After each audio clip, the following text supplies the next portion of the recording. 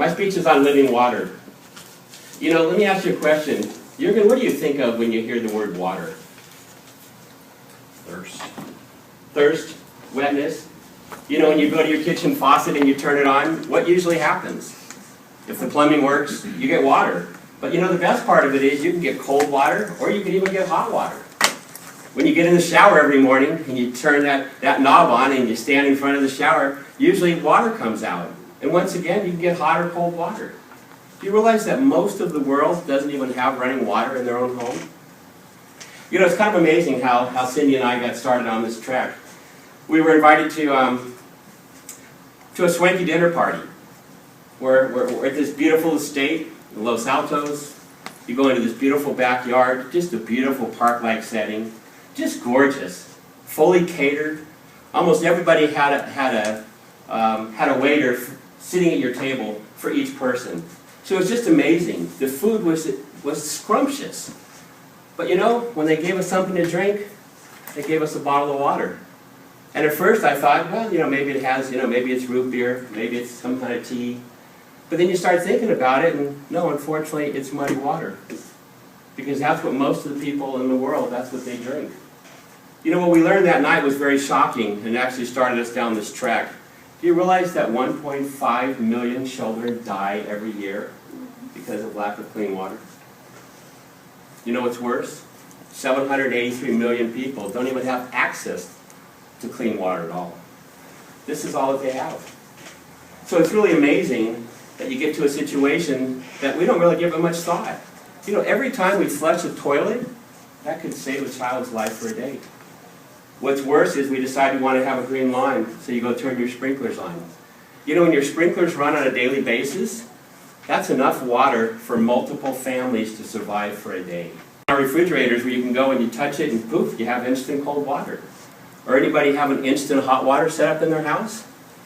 God, it's just amazing what you can have. But to think that 783 million people don't even have water, period, let alone something like that. You know, so Cindy and I kind of got started on this trek, and we decided that we wanted to do something. So we wanted to help make a difference. And we really need your help. Because on December 7th, we're going to be taken off to El Salvador, to a small village. Dirt floors, no water. What they have to do is they have to go down to the river, and they get muddy water, bring it back, and try to somewhat filter it. And that's what they drink. So we're in a situation where we want to make a difference, but we really need help.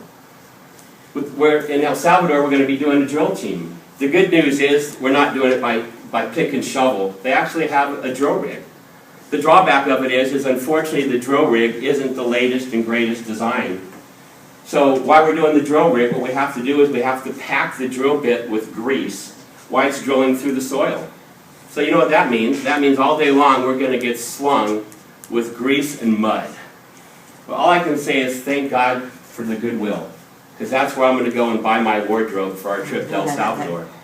So what the idea is, at the end of the day, you take your clothes off and just throw them away.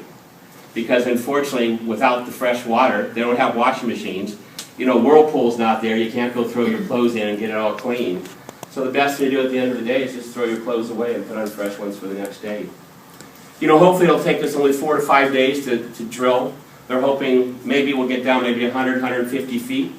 And hopefully we'll find water. So if we do, then we can bless this village with water for some time. After we do the drilling, then we'll pack the piping and then put in a hand pump. So not an electric pump, because they don't have electricity. But the nice thing with a hand pump is there's really nothing to wear out. So the maintenance is pretty much nil. The nice thing with the company that we're going with, Living Water International, they'll actually send somebody there once a year to actually do maintenance on the pump. Because the only thing that can really go wrong is there's a little O-ring. The little O-ring could possibly wear out. They'll put a new O-ring in. And, you know, by God's blessings, these people will have fresh water and hopefully survive. Cindy's going to be on the hygiene team. What she's going to be doing is working with the people, because unfortunately, you know, soap and toothpaste is something they don't have.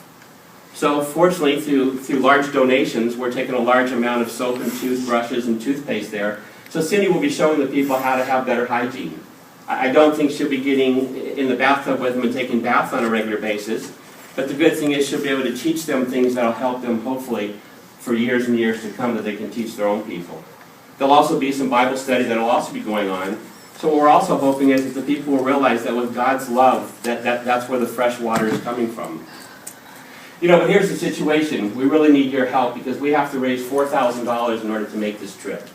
So at this situation, there's information that was put on your desk.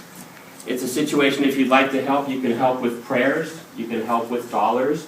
What we're also doing too is we're also collecting plastic bottles and aluminum cans, because in this situation you don't really give it much thought, but you get to a point where after a while enough plastic bottles and cans will actually pay for a well. So here's the situation, folks. Every time you go and you flush that toilet, think of that child that you could be saving. Next time you go to turn on your sprinklers, you may want to go every other day and think of the fact that there's people that you could be saving along with that. You know, all we can say is God bless you for helping us in any way that you possibly can. We really appreciate it. So thank you very much. Have a happy holiday. God bless.